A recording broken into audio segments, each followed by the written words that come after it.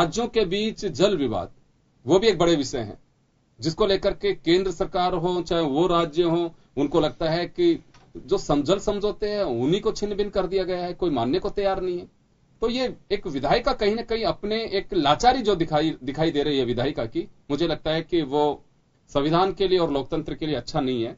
तो लगता है जैन साहब, अगर वास्तव में सुप्रीम कोर्ट अगर इस पे कोई रूलिंग देती है या कोई निर्देशित करती है, तो राजनीतिक दलों को, सरकारों को उस पे दृढ़ निश्चय दिखाना चाहिए। कहीं संदेह तो नहीं आपको कि मुझे लगता है कि उस समय भी राजनेताओं को राजनीतिज्ञों से ऊपर उठकर स्टेट्समैन की तरह बिहेव करना चाहिए। देश के हित में, जनता का हित में सोचना चाहिए। पर क्या हम ये उम्मीद कर सकते हैं कि जो नेचुरल रिसोर्सेज हैं हिंदुस्तान के, और जहां पर हिंदुस्तान के सब नागरिकों का हक है, जहां हर नागरिक को ये छूट है कि हिंदुस्तान में कहीं भी जाकर किसी भी स्टेट में वो रह सकता है, वहां उन्हें राज्यों में बांट लिया।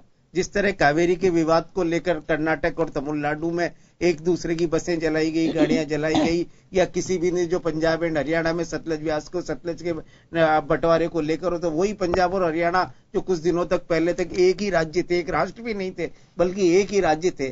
पर इन परिस्थितियों में इस छोटी मानसिकता को लेकर क्या हम एक व्यापक जन निर्णय की उम्मीद इन नेताओं से लगा सकते हैं? ये एक बहुत बड़ा प्रश्न अभी हर आदमी के दिमाग में है। बिल्कुल सही कह रहे हैं सील जी। सवाल यह है कि अगर सुप्रीम कोर्ट कभी आज नहीं तो कल, जब हालात बिगड़ेंगे, कोई ना कोई जाएगा कि राह दिखानी चाहिए। क्योंकि देखिए बड़े बड़े जो राज्य हैं वहां सब जगह आरक्षण के आंदोलन चल रहे हैं, और ये नहीं कह रहा कि सरकारों की इच्छा शक्ति नहीं, सरकारों के लोग भी उसी जनता के बीच में से निकल करके आते हैं, वो भी कहीं किसी समाज के अंग होते हैं। इच्छा शक्ति पर सवाल नहीं है, लेकिन जो गुमराह करने का या जो टालने की हमारे यहाँ परंपरा है, उसी का खामियाजा आज पूरे प्रदेश या देश जहां पे आंदोलन चल रहे हैं उनको उठाना पड़ रहा है। और जैसे जैन साहब से मैंने पूछा, इसमें कोई संदेह नहीं है। हमें ऐसा लगता है कि अगर सुप्रीम कोर्ट भी कोई निर्देश देगा और लगता है कि समाजों का दबाव शुरू हो गया, तो उसमें भी गलियां निकालना शुरू कर देंगे राजनीतिक दल, जो मुझे लगता है कि ये लोकतंत्र के लिए अच्छा नहीं होगा।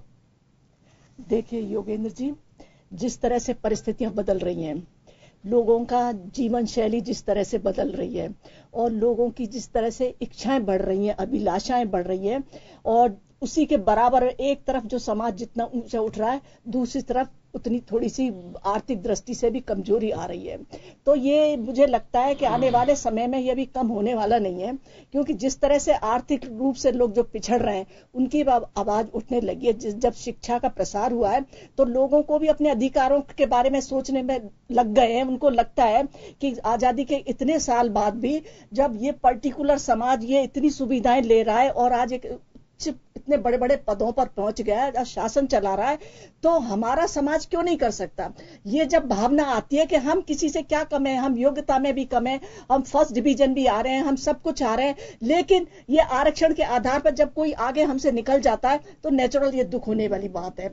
तो इसी का ये परिणाम, जो परिणति हो रही है, ये आंदोलन के रूप में हो रही है। और मैं समझती हूँ, मैं सुप्रीम कोर्ट से भी, मैं अपनी बात, मेरी पर्सनल बात ही मैं ये समझती हूँ कि सुप्रीम कोर्ट ने भी जो ये फिक्स दायरे बना रखे हैं उन पर भी थोड़ा विचार करना होगा, क्योंकि आज से 50 साल पर जो स्थिति लोगों की थी और जो रहन सहन था, आज में उसी इनकम में रहना बहुत मुश्किल है। तो उसमें भी ये जो दायरे को लिमिट नहीं करना चाहिए। अगर कोई पर्टिकुलर समाज वास्तव में इतना पिछड़ गया है, कई समाज कोई आगे बढ़ गए, तो उस पर भी समीक्षा करनी चाहिए। और ये सारा बातों को पूरी गहन अध्ययनता के साथ में अगर कठोर निर्णय लेना चाहिए। और मैं समझती हूं कि अगर राज्य सरकार भी सुप्रीम कोर्ट के आदेशों से संतुष्ट हो जाती है, तो मैं समझती हूं कि सुप्रीम कोर्ट को भी थोड़ा अपना रुख थोड़ा करना चाहिए, राज्य सरकार को भी कोऑपरेट करना चाहिए।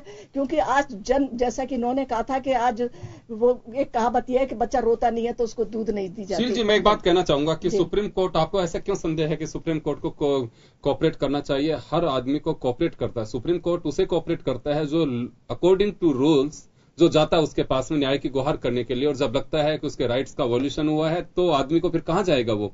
क्यों विधायिका को अपने वोट बैंक की बहुत जबरदस्त चिंता है। विधायिका जो लोग उसमें बैठे हुए हैं, जो चुने हुए जनप्रतिनिधि होते हैं, उसे अपने मतदाता की चिंता है। मतदाता की चिंता सिर्फ एक मायने में, मैं माफी चाहूंगा, मतदाता की तो बिल्कुल चिंता नहीं। अगर मतदाता की चिंता हो तो सच्चाई बोलने का भी उनमें जुनून होना चाहिए। वो केवल अपने वोट बैंक की चिंता है, बस बैंक की चिंता है, मतदाता की नहीं है। और जो सही है वो सही कहने का मादा रखना चाहिए। आज पब्लिक का भी उसूल यही है और आप लोगों की भी स्थिति यही है, कोई सच्चाई सुनना भी नहीं चाहता है। आज अगर गुजरों से जाकर के कोई कह दे कि वर्तमान परिस्थितियों में कितने एजी खड़े कर दीजिए आप सुप्रीम कोर्ट में ले जाकर के, चाहे हाई कोर्ट में आरक्षण नहीं मिल सकता। ये आप लोग भी जानते हैं और सरकारें भी जानती हैं। लेकिन मीटिंग्स के दौर चलते रहेंगे, वहां ले जाकर के कि अच्छे से अच्छे वकील को हम खड़ा कर दे। भाई कैसे कर दोगे? संविधान का दायरा कैसे पार कर सकते हो आप? मालूम है इसके बावजूद भी होता वही है कि जब 5% आरक्षण दिया गया, जो लोग योग्य थे उनकी नौकरियां और खतरे में पड़ गई हैं। देख योगेंद्र जी, मेरा कहने का मतलब ये था कि उस पर